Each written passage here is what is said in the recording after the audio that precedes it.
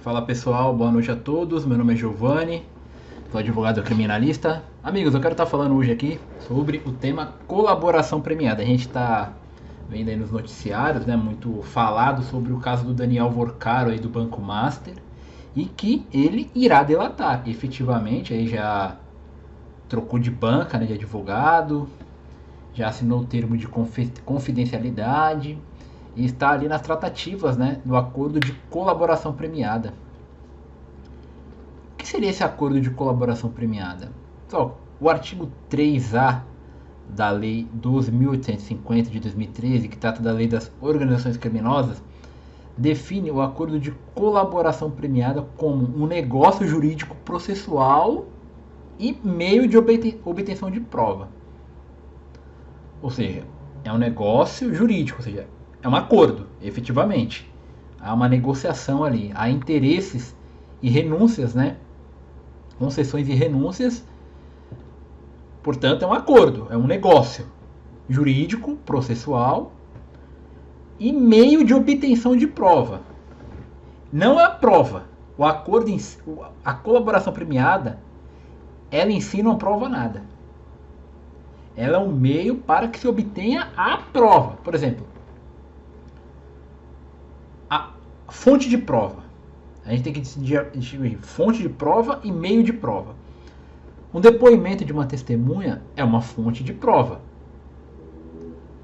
O meio para uma obtenção de prova, por exemplo, é uma busca e apreensão. A busca e apreende um telefone, por exemplo. A cautela aquela prova. Então, a busca e apreensão é um meio de obtenção de uma prova. A colaboração premiada nada mais é do que isso. É um meio de obter alguma prova. Ou seja, aquela pessoa ali que está colaborando, ela fornece informações que irão ajudar de forma efetiva para a obtenção de provas dos demais autores de delitos e contra aquela organização criminosa que até então ele integra. Ele não pode ser líder, efetivamente, e que vai ajudar essa colaboração na recuperação do produto ou proveito do crime, bem como na localização das vítimas, nas prisões, enfim.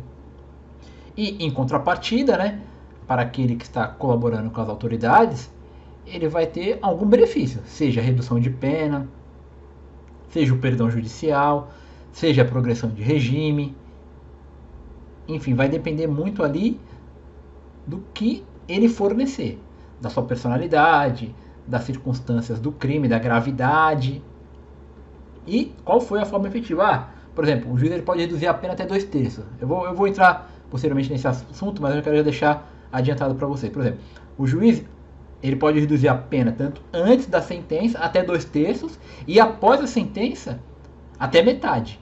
E o que vai determinar essa redução de pena, por exemplo, quantas pessoas foram presas nessa colaboração, tá? Então, isso é um acordo de colaboração premiada, ele é um meio de obtenção de prova, ele em si não prova nada, tá? A sua primeira previsão normativa, a primeira vez que nós tivemos ali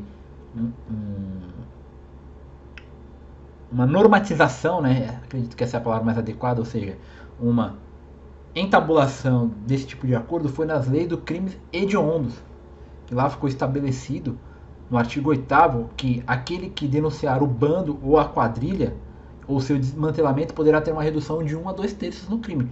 Foi a primeira vez que nós tivemos ali, e no Código Penal também no crime de extorsão mediante sequestro, ali no artigo 159, parágrafo 4º do Código Penal, nós também temos ali a previsão da delação premiada. Esse ponto aqui é muito importante, pessoal, a gente continuar. Colaboração premiada é a mesma coisa que delação premiada? Não. A delação premiada é uma forma de colaboração premiada. Toda delação premiada é uma colaboração premiada, mas nem toda delação premiada é uma forma de colaboração. Vamos entender aqui, por exemplo, eu posso fazer uma delação premiada e colaborar no seguinte sentido: eu indico pessoas, eu delato pessoas, autores dos delitos, ou que integram essa organização criminosa. Eu delatei e colaborei. Agora, eu colaborei, fiz uma colaboração premiada, mas não fiz uma delação premiada. Por exemplo, eu confesso a autoria do crime, mas não delato pessoas, mas eu indico onde está o produto ou proveito do crime. Eu falo, olha, o dinheiro que foi desviado, ele está em contas do exterior. Eu efetivamente colaborei para o produto ou recuperação do proveito do crime. Os bens, o dinheiro, enfim, mas eu não delatei pessoas, mas eu colaborei. Ou seja, a colaboração ela é um ato bilateral, ao passo que a delação premiada é uma situação unilateral. Muito interessante essa distinção. E um dos primeiros casos, né, muita gente repercute, mas é correto isso, delação? Cadê a lei do silêncio, né? Por exemplo, naquela série Os Sopranos, que o Tony Soprano ele fala muito, hoje já não existe mais essa lei do silêncio, esses informantes que se integram à polícia, é uma forma de colaboração e delação premiada. E um caso que foi muito conhecido foi na Itália, ali na Sicília, né? Que houve aquela Operação Mãos Limpas, nome da operação, que combateu aquela facção criminosa denominada Casas Nostras, né? Em que foi uma das primeiras pessoas que efetivamente colaborou ali com a justiça italiana, com o procurador ali da República, se eu não me engano o nome dele era Giovanni Falcone. Depois ele foi assassinado, ele virou juiz, e essa organização criminosa assassinou ele, implantou bombas, se eu não me engano. Enfim, mas aquela pessoa que integrava essa casa nossa, ele depois fugiu para Nova York, ele delatou diversos integrantes ali daquela organização. E a colaboração premiada, né, pessoal? Ele, como meio de obtenção de prova e meio de defesa também, tá? Não podemos esquecer, porque o cara que delata, ele também está se defendendo, na medida em que ele terá algum tipo de benefício. Inclusive, às vezes, até extinção da punibilidade. Ele não será nem processado.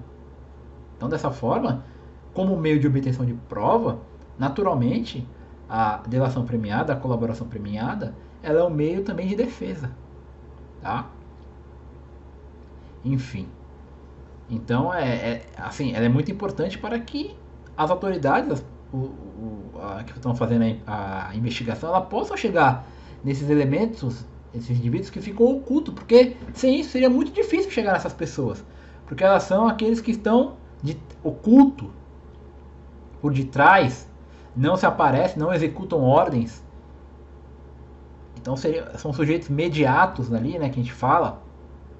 Seria muito difícil encontrar, naturalmente, os mandantes dos crimes, né? Então, é muito, muito interessante, é um instituto muito importante do nosso ordenamento jurídico aí, da Lei 8.150 de 2013, tá? 12.850 de 2013. Pessoal, imaginemos agora, houve o acordo ali e Daniel Vorcaro delatou pessoas lá.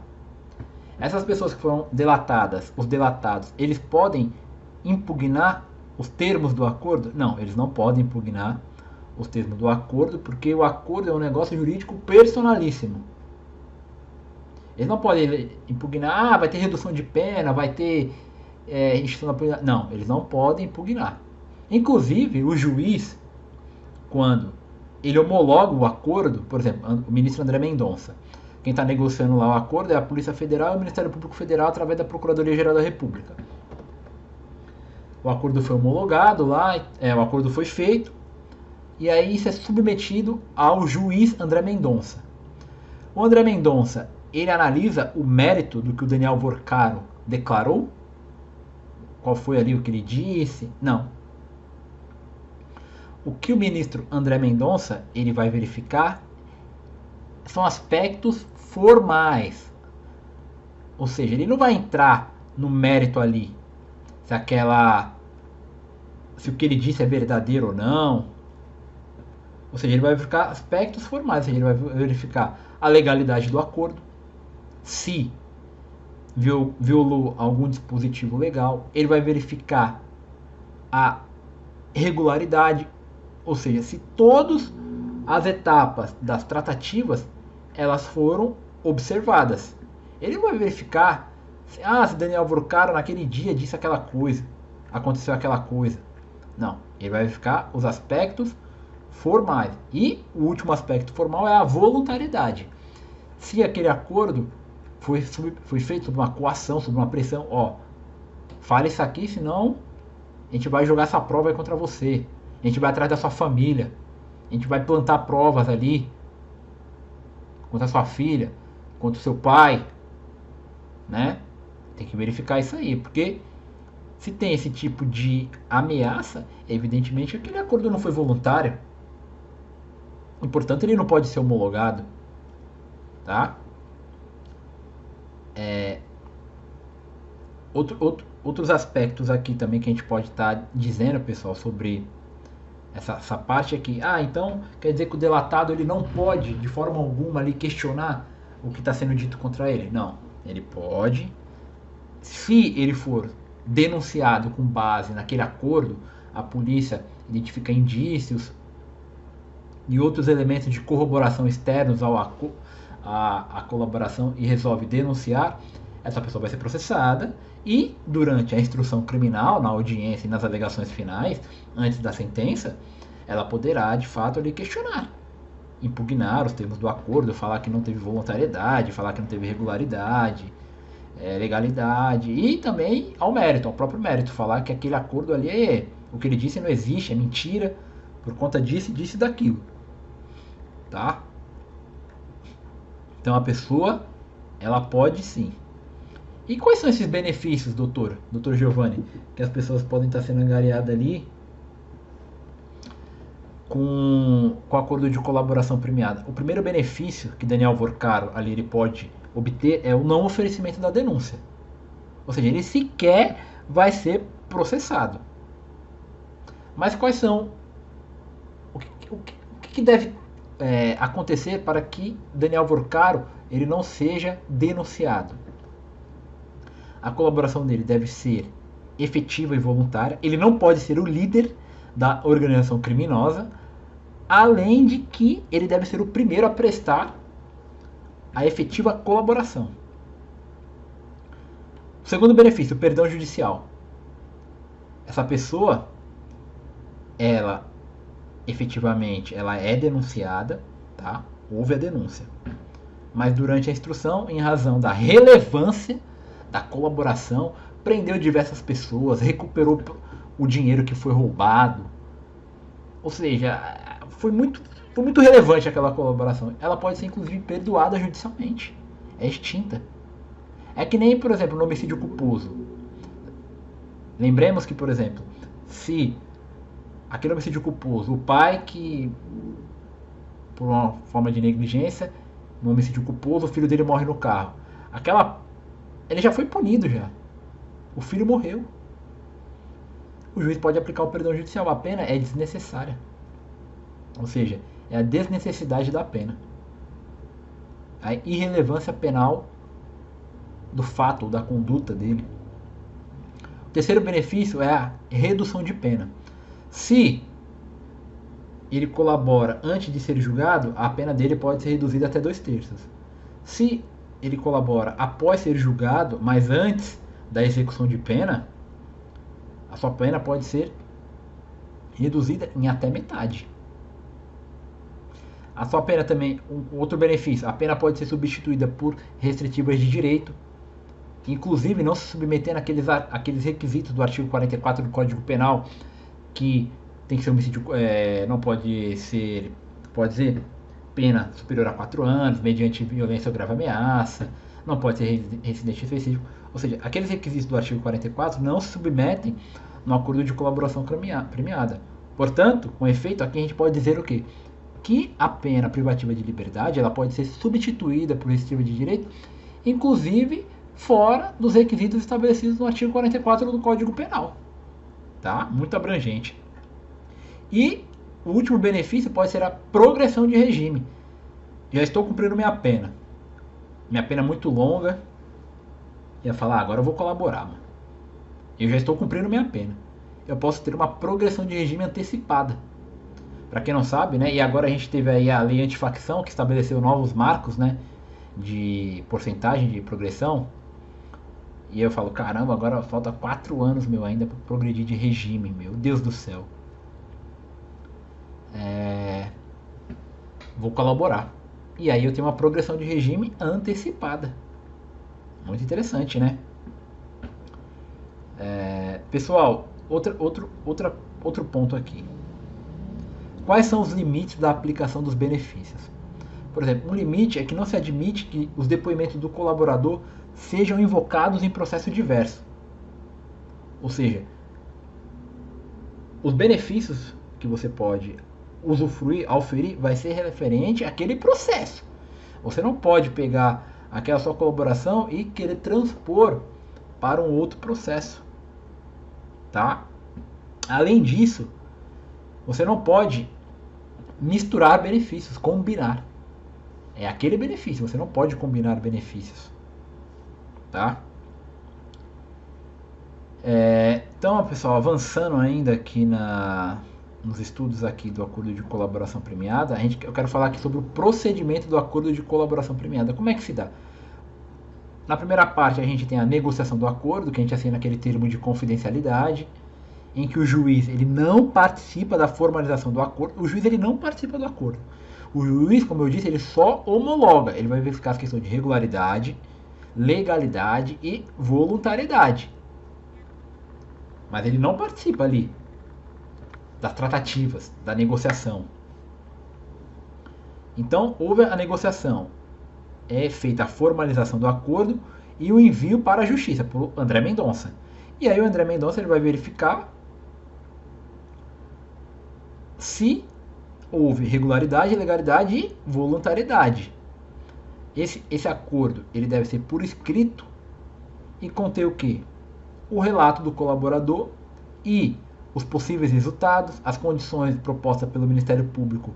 Está ali no artigo 6º, tá, pessoal, dessa lei das organizações criminosas. E pelo delegado de polícia, a declaração de aceitação do colaborador e do seu defensor. Vai ter que estar lá a declaração de aceitação do Daniel Vorcari e do seu advogado. As assinaturas do Ministério Público ou do delegado de polícia, do colaborador e do seu defensor, e medidas de proteção à família. A família e para o colaborador também, quando, né, se for necessário. Tá? Esse acordo ele deve tramitar em processo sigiloso. Tá? Esse sigilo vai ser mantido até o recebimento da denúncia ou da queixa-crime, sendo proibido ao juiz decidir pela publicidade desse acordo em qualquer hipótese, até o recebimento da denúncia. Tá, pessoal? Então,